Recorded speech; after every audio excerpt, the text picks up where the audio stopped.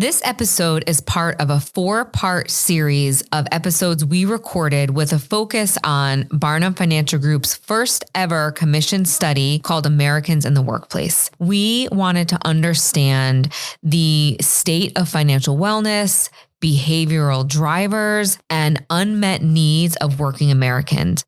At Barnum, we wanted to understand the state of financial wellness, the behavioral drivers, and the unmet needs of working Americans. So to do that, we commissioned a study that polled 1,000 working Americans between the ages of 18 and 70 who are currently full-time employed or part-time employed. These participants are spread out evenly across the country. They are 50% male and 50% female, and they are spread out evenly across generations. The great majority of them are employed full-time, and they vary across job role and level of responsibility. This episode is full of facts and figures from that study, but if you want more, you can find a link to the study in the show notes or head on over to barnumfinancialgroup.com and download the study today.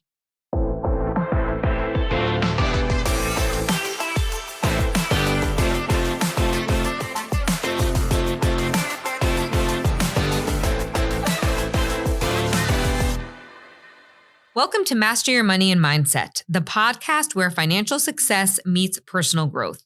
I am your host, Elizabeth Heiza, Chief Marketing Officer at the Barnum Financial Group, and I want to thank you for being here. On this show, we dive into the powerful connection between your mindset and your financial well-being.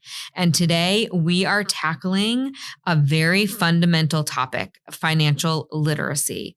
That word means so many things to so many different people, but what we're talking about today is really why financial literacy matters and how being financially literate can impact truly your wallet and can help you get to some of the goals that you want to get to. Financial literacy is most likely the key to unlocking financial success, no matter your age or your stage in life. And financial literacy, whatever that means to you, is the perfect term to marry your money and your mindset because it is truly that connection between the money that you bring in and what you do with those dollars. That will determine your level of financial literacy. So, why does financial literacy matter? Let's start with a simple truth.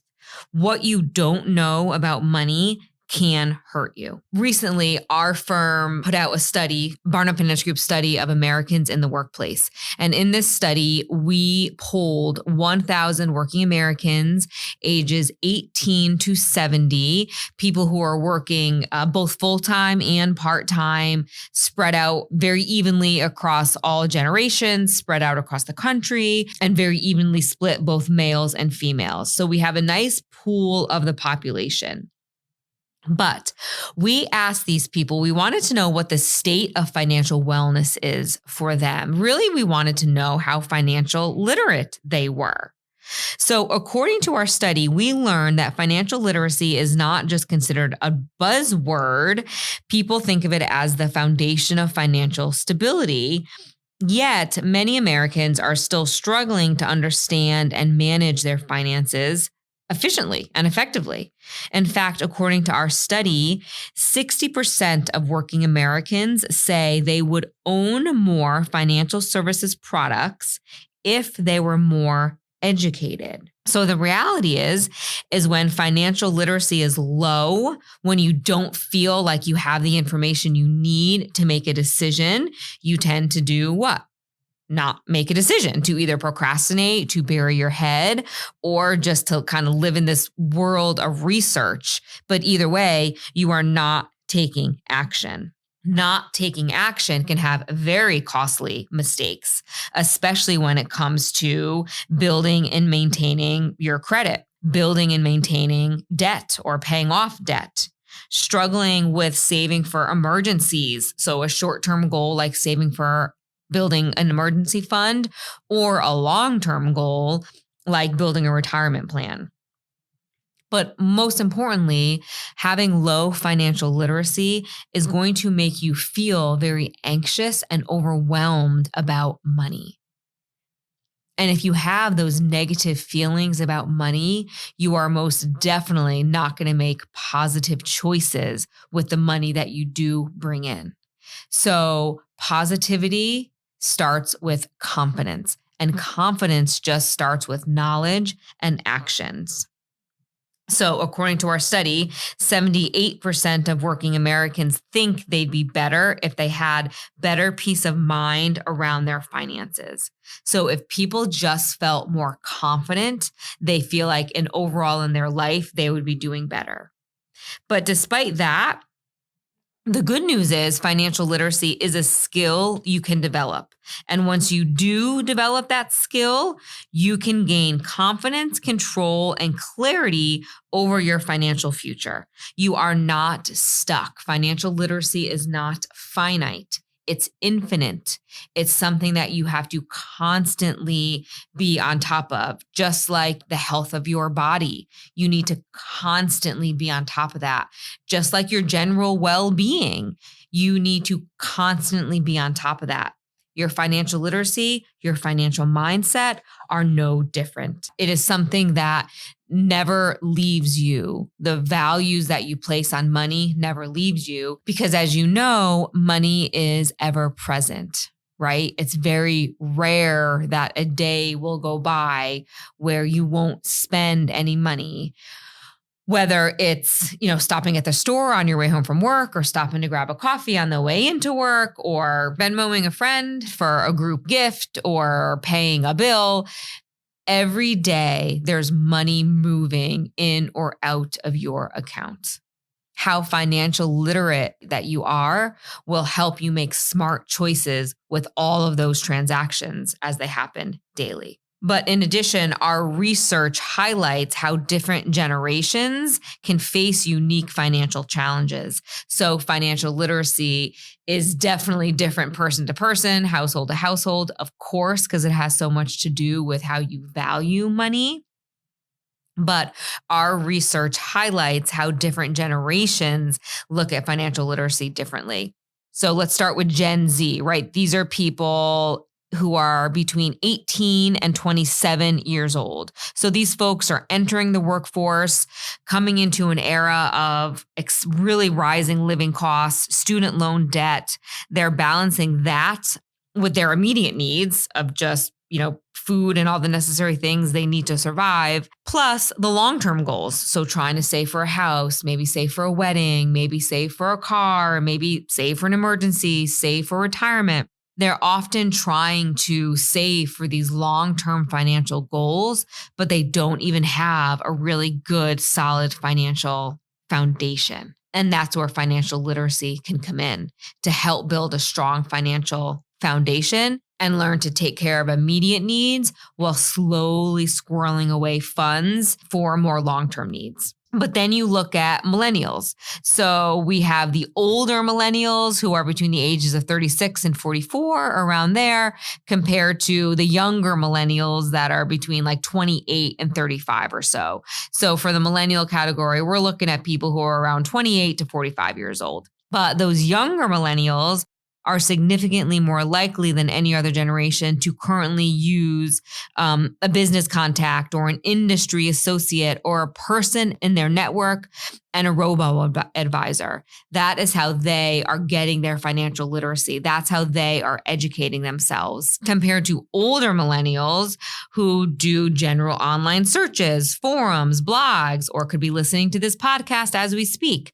That is how that older millennial group gets their information. Compare that to Gen X. So Gen X are the folks who are 45 to around 60 years old, 45 to 58 years old. That's that sandwich generation, right? They're caught between their children and their aging parents and financially supporting both of those while trying to save for retirement.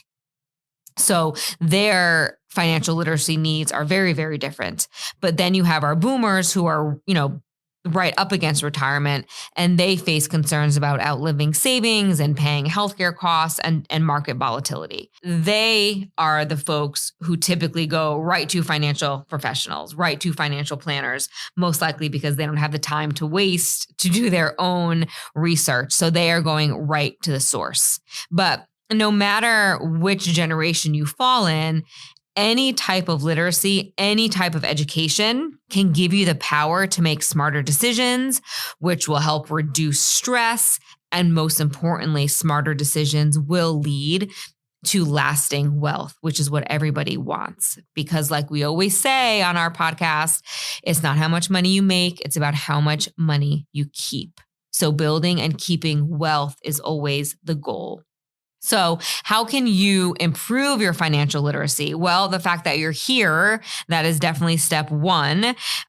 You are doing that as we speak, so kudos to you. But additionally, here's a few other steps. So step one is to keep educating yourself. Continue reading, continue listening to this episode and all of our Master Your Money episodes. Continue to follow credible sources. So make sure that whoever you're getting your information from, whoever you're listening to, make sure that they are licensed and credentialed. Okay, that's important because those folks who are licensed and credentialed, they are accountable to the advice that they're giving people. So you want to make sure somebody has a designation, a CFP, a CHFC, an RICP. There's so many of them out there, but you want to make sure that people have an accredited designation that you're listening to, whether it's on this podcast or whether it's they're representative of people who have that.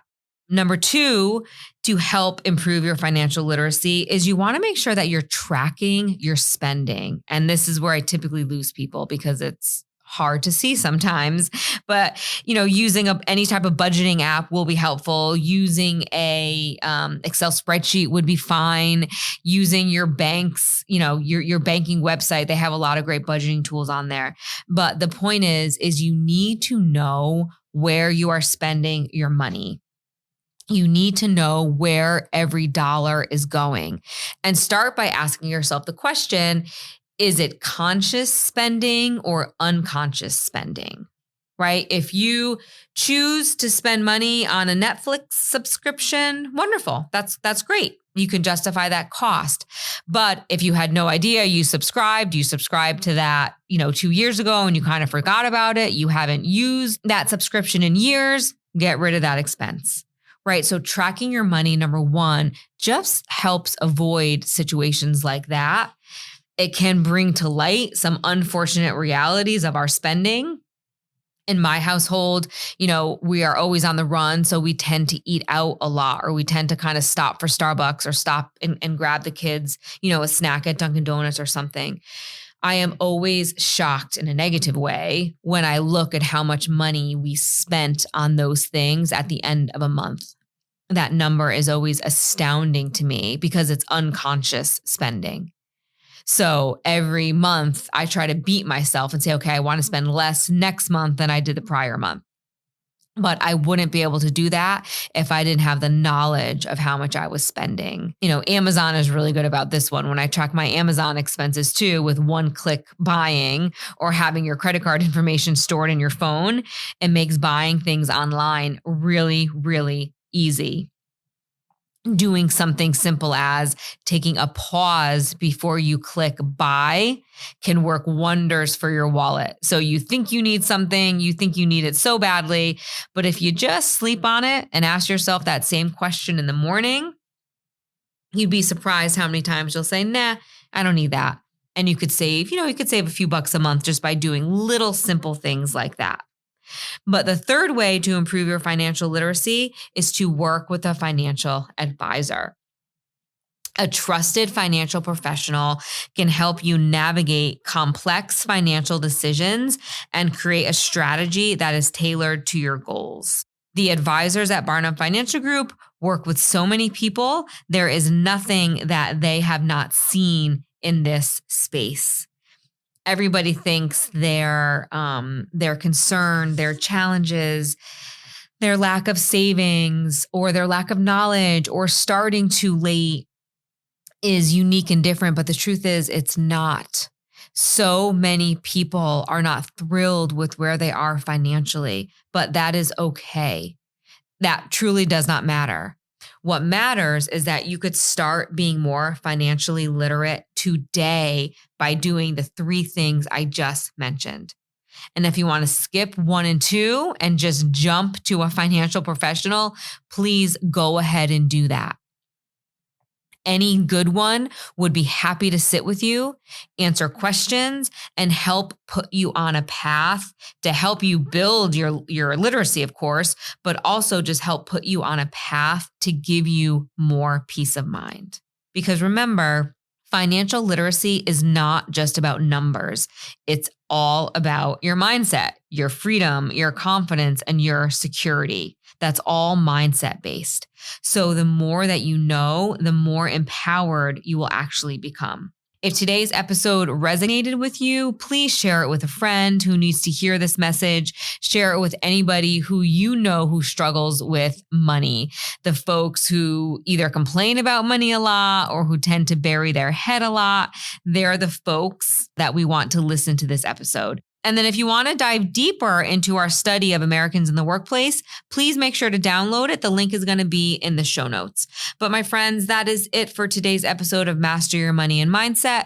If you found this information helpful, please subscribe and share with someone who might benefit from this mindset shift.